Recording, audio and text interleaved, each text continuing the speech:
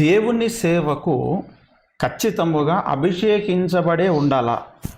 అభిషేకించబడకపోతే కూడా దేవుడు వాడుకుంటాడా? ఇప్పుడు ప్రతిష్ఠించబడిన వారు, ప్రత్యేకించబడిన వారు, అభిషిక్తులు, హస్త నిక్షేపణ పొందిన వాళ్ళు సేవ చేయాలని లేఖనం చెబుతుంది. దాన్ని ఒప్పుకోని వాళ్ళే ఈ బ్రదర్ అండ్ గ్రూప్స్ అందరూ కూడా. ఓకే.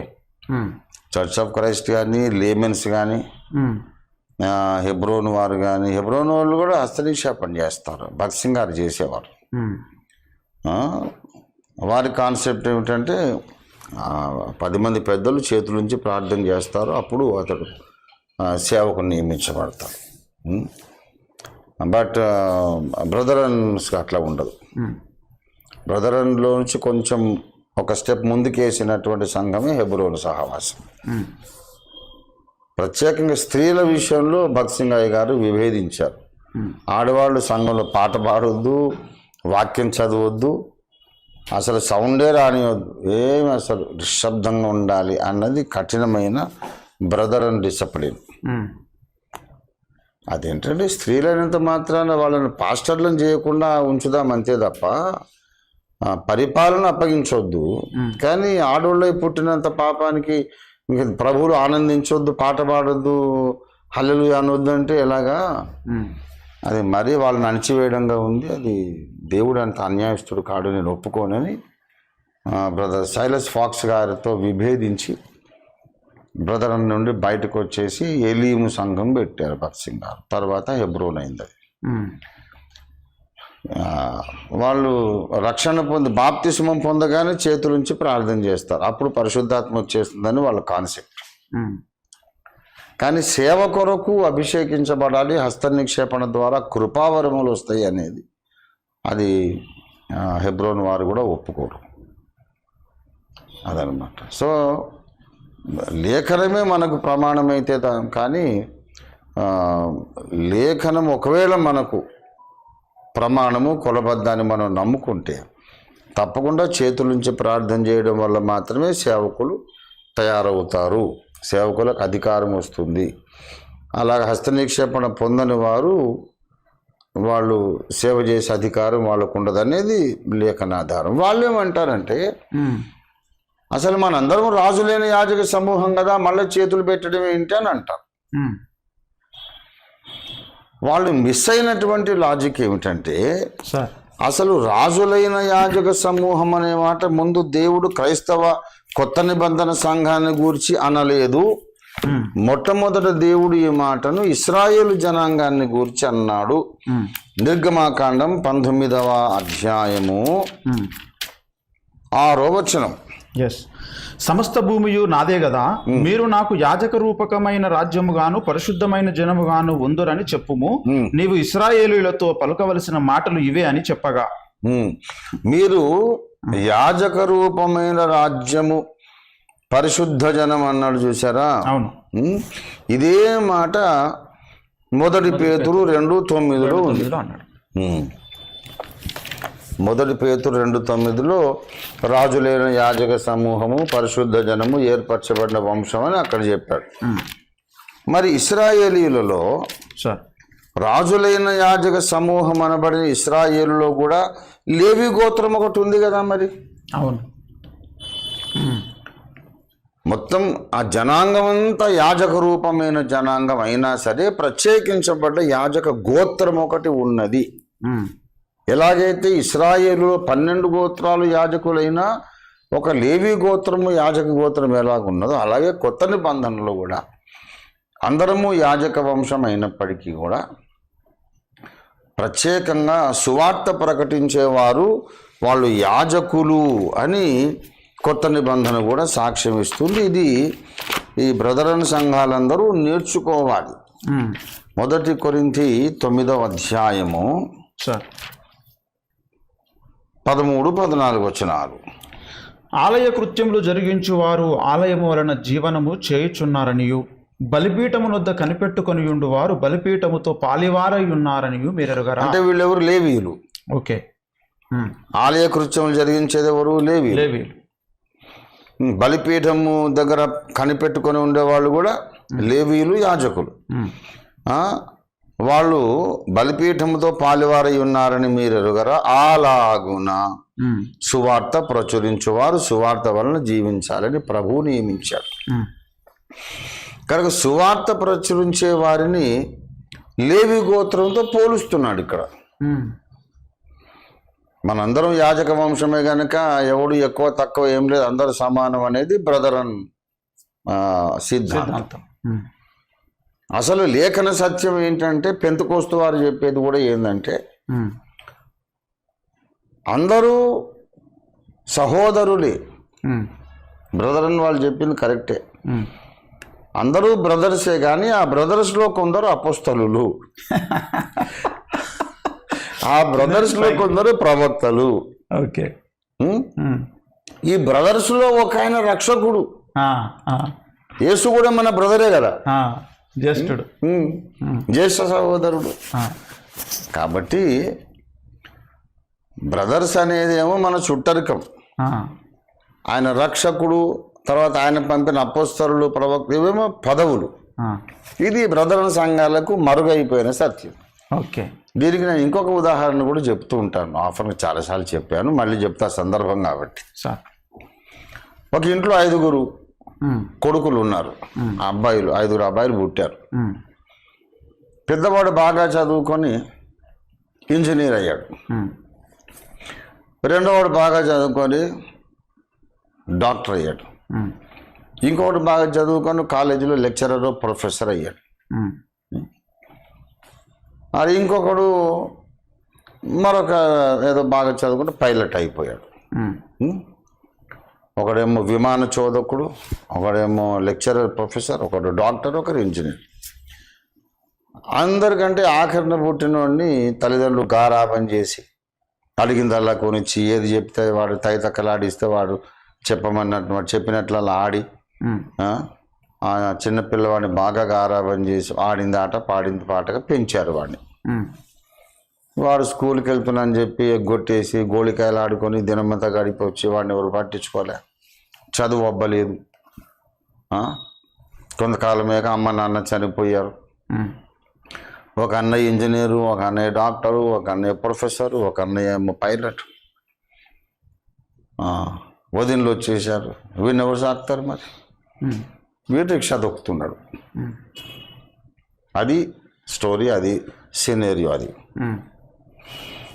వీడిని ఎవడో ఒకడు వచ్చి, ఏం బాబు నువ్వేదో రిక్షా దొక్కుతున్నావు, మీ ఇంట్లో ఒక ఆయన ఇంజనీరు, ఒక ఆయన డాక్టరు, ఒక ఆయన పైలట్, ఒక ఆయన ప్రొఫెసర్ అంటే కదా, మీ ఇంట్లో మరి నువ్వేంటి రిక్షా దొక్కుతున్నావు అంటే, మా ఇంట్లో డాక్టర్ లేడు, ఇంజనీర్ లేడు, ఎవరు లేడు, అందరు బ్రదర్సే అన్నట్టుంది బ్రదర్ అని సిద్ధాంతం. ఎవరండి డాక్టర్ లేడు, ఇంజనీర్ లేడు, ఎవరు లేడు, మేమంతా బ్రదర్సే అన్నట్టు. మీరు బ్రదర్స్ అనేదేమో రక్తం పంచుకొని పుట్టినందుకు, ఒకే రక్తాన్ని పంచుకున్నందుకు మీకు ఏర్పడే చుట్టరికం. ఓకే, మీరు అన్నదమ్ములైనంత మాత్రం వాడు డాక్టర్ కాకపోడు కదా, అవును. మీరు అన్నదమ్ములైనంత మాత్రం వీడు ప్రొఫెసర్ కాకపోడు, వీడు ఇంజనీర్ కాకపోడు కదా. అలాగే అందరం బ్రదర్స్ అయినంత మాత్రాన పౌలు అపోస్తలుడు కాకపోడు, అగబు ప్రవక్త కాకపోడు. ప్రవక్తలు ఉన్నారు, అపోస్తలులు ఉన్నారు, సువార్తికులు ఉన్నారు, కాపరులైన ఉపదేశకులు ఉన్నారు, నానా విధములైన కృపావరము కలిగిన వాళ్ళు ఉన్నారు, వరాలు ఉన్నాయి. చుట్టరిక మాత్రం అన్నదమ్ములే. యేసయ్య కూడా మనకు అన్నయ్యే. అంత మాత్రాన ఆయన వచ్చినప్పుడు ఎలా అన్నయ్య బాగున్నావా అని అంటే దవడ పగిలిపోతుంది. అట్లా అనొచ్చు ఆయన? ఆయన మహాదేవుడు, చుట్టరిక ఉంది. అసలు ఆయన చూస్తే దేవదూతలే గడగడగడ వణికిపోతారు. మనం ఏమన్నయ్య బాగున్నావా ఏంటి అని అనుకోండి అని ఆషామాషిగా పోయామనుకోండి, పరిస్థితి మారిపోతుంది. కనుక బంధుత్వమే, హోదాలే. ఈ సంగతి బ్రదర్ అన్న వాళ్ళకి తెలియదు. అందరు బ్రదర్స్ అయినాక ఇక అపోస్తలుడు ఎక్కడదండి అని అనడము ఒక అజ్ఞానం. అది 1 పేతురు పత్రిక 5వ అధ్యాయము. సార్ మొదటి వచనం చదవండి. తోటి పెద్దను క్రీస్తు శ్రమలను గూర్చిన సాక్షిని బయలుపరచబడబో మహిమలో పాలివాడను నైనా నేను మీలోని పెద్దలను హెచ్చరించుచున్నాను. మీలోని మీ తోటి పెద్దను అన్నాడు. నేను అపోస్తలుడను అని ఆయన ఏమి గొప్ప చెప్పుకోలేదు కదా. తోటి పెద్దను అన్నాడు. వరం మంగ్యు అన్నాడు. అంత మాత్రం అపోస్తలుడు కాడా మరి? అవుతాడు. అలాగే 2వ కొరింథీ చూడండి 8వ అధ్యాయం సహోదరుల 23. తీతు ఎవడని ఎవరైనా అడిగిన ఎడల అతడు నా పాలివాడును మీ విషయంలో నా జత పనివాడునై ఉన్నాడనియు, మన సహోదరుల ఎవరని అడిగిన ఎడల వారు సంఘముల దూతలను క్రీస్తు మహిమయునై ఉన్నారనియు నేను చెప్తున్నాను. మన సహోదరులు అన్నాడు. అంటే మన అంటే పౌలుకు కూడా కలుపుకున్నాడు. సహోదరులు, మీకు నాకు కలిసి సహోదరులు. మరి అంత మాత్రాన పౌలుకు వీళ్ళకి అందరికి ఒకే సహోదరత్వం ఉన్నప్పుడు ఆయన అపోస్తలుడు కాదా? మరి అపోస్తలుడు లేఖనం చెప్తుంది కదా. కాబట్టి ఇదంతా మూర్ఖపు సిద్ధాంతం. ఇలా చేసి సంఘాన్ని చీల్చేసి ఒకరినొకరు దూషించి పరిశుద్ధాత్మను దూషించి నిత్య పాపం చేస్తున్నారు వీళ్ళందరూ కూడా. తప్పు. అందరూ తమ తప్పు దిద్దుకోవాలి. పరిశుద్ధాత్మ వరములు ఈ తరములు కూడా కొనసాగుతున్నాయి. ఈ 5 విధాల పరిచర్యలు, 5 ఫోల్డ్ మినిస్ట్రీ, అపొస్తలులు, సువార్థికులు, ప్రవక్తలు, కాపరులైన ఉపదేశకులు, 5 రకాల పరిచర్యలు కొనసాగుతూ ఉన్నాయి. అవి ఆగిపోయినాయి అనడానికి ఏమాత్రం వీలు లేదు. వీళ్ళందరూ చెప్పేది ఏంటంటే కొత్త నిబంధన రాయడంతో ఆ పరిచర్యలు ఆగిపోయినాయట. కొత్త నిబంధన రాయడం కొరకు కాదు వాళ్ళని ఇచ్చింది. ఎఫెసీ పత్రిక 4:13 చూడండి. ఎందుకు ఇచ్చాడు ఆ పంచవిధ పరిచర్యలు, 5 ఫోల్డ్ మినిస్ట్రీ ఎందుకు ఇచ్చాడు? పరిశుద్ధులు సంపూర్ణులు. అది కాదు. ఇప్పుడు పరిశుద్ధులు సంపూర్ణులు అగున్నట్లు వీళ్ళని ఇచ్చాడు. ఎందుకు తీసేస్తాడు? మరి పరిశుద్ధులు సంపూర్ణులు అయిపోయారు ఇప్పుడు? కాలేదు. ఇంకా మొదటి శతాబ్దం కంటే ఇంకా నికృష్టంగా తయారయ్యారు. పరిశుద్ధులు సంపూర్ణులు కావడానికి అపోస్తలులను ప్రవక్తలను ఇచ్చి ఉంటే సంపూర్ణులు అయ్యేదాకా వాళ్ళని ఉంచుతాడు. మధ్యలో దేవుడు తీసేయడు. ఛత్ అంటారు, సెంటరింగ్ ఉంటుంది. మనం కాంక్రీట్ రూఫ్ వేసేటప్పుడు ఆ సెంటరింగ్ ఎందుకు పెడతామంటే అది కాంక్రీట్ ఆరి ఎండి గట్టిపడి అలా నిలబడగలిగే స్థితికి వచ్చేదాకా సపోర్ట్ ఇవ్వడానికి ఈ సెంటరింగ్ పెడతారు కన్స్ట్రక్షన్లో. అది ఆరి గట్టిపడిన దాకా ఉంచుతారా, మధ్యలో తీసేస్తారా? గట్టిపడేదాకా ఉంచుతారు. అట్లాగే పరిశుద్ధులు సంపూర్ణులు కావడం కొరకు 5 రకాల సేవకులను ఇచ్చాడు కనుక వాళ్ళు సంపూర్ణులు అయ్యేదాకా ఈ 5 సేవకులు పనిచేస్తారు. ఇది వీళ్ళందరూ తెలుసుకోవాల్సిన విషయం. ఓకే, ఇక్కడ ఒక మాట అడుగుతున్నారు సార్. అంటే ఇంతకుముందు కూడా మీరు చెప్పారు, మళ్ళీ ఒకసారి ఈ సందర్భంగా కూడా దయచేసి తెలియచేయండి. 1 కొరింథీ 13:10 పూర్ణమైనది వచ్చినప్పుడు పూర్ణము కానిది నిరర్థకమగును అన్నాడు కదా. అవును, పూర్ణమైనది ఈజ్ ఈక్వల్ టు కొత్త నిబంధన కంప్లీషన్ అని వీళ్ళు అంటున్నారు. దానికి లేఖనాధారం ఏది? లేఖనాధారం లేదు. వీళ్ళు అనుకూల బోధ, అది అనుకూలంగా దాన్ని వ్యాఖ్యానించుకుంటున్నారు.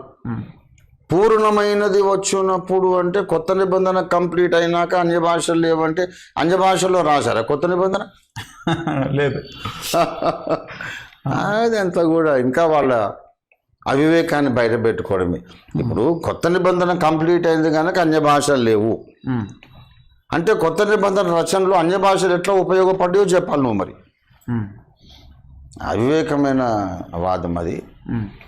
పూర్ణమైనది వచ్చుట అనగా ఏమిటో అక్కడే చెప్పాడు 13వ అధ్యాయం 1 కొరింథీ వచనములో. పూర్ణమైనది అంటే 10వ వచనం. పూర్ణమైనది వచ్చినప్పుడు పూర్ణము కానిది నిరర్ధకమగును. పూర్ణమైనది రావడం అంటే 12వ వచనంలో ఇప్పుడు అద్దములో చూచినట్లు సూచనగా చూచుచున్నాము. అప్పుడు ముఖాముఖిగా చూస్తున్నాం. ముఖాముఖి అంటే 2 ముఖాలు ఉన్నాయి అక్కడ.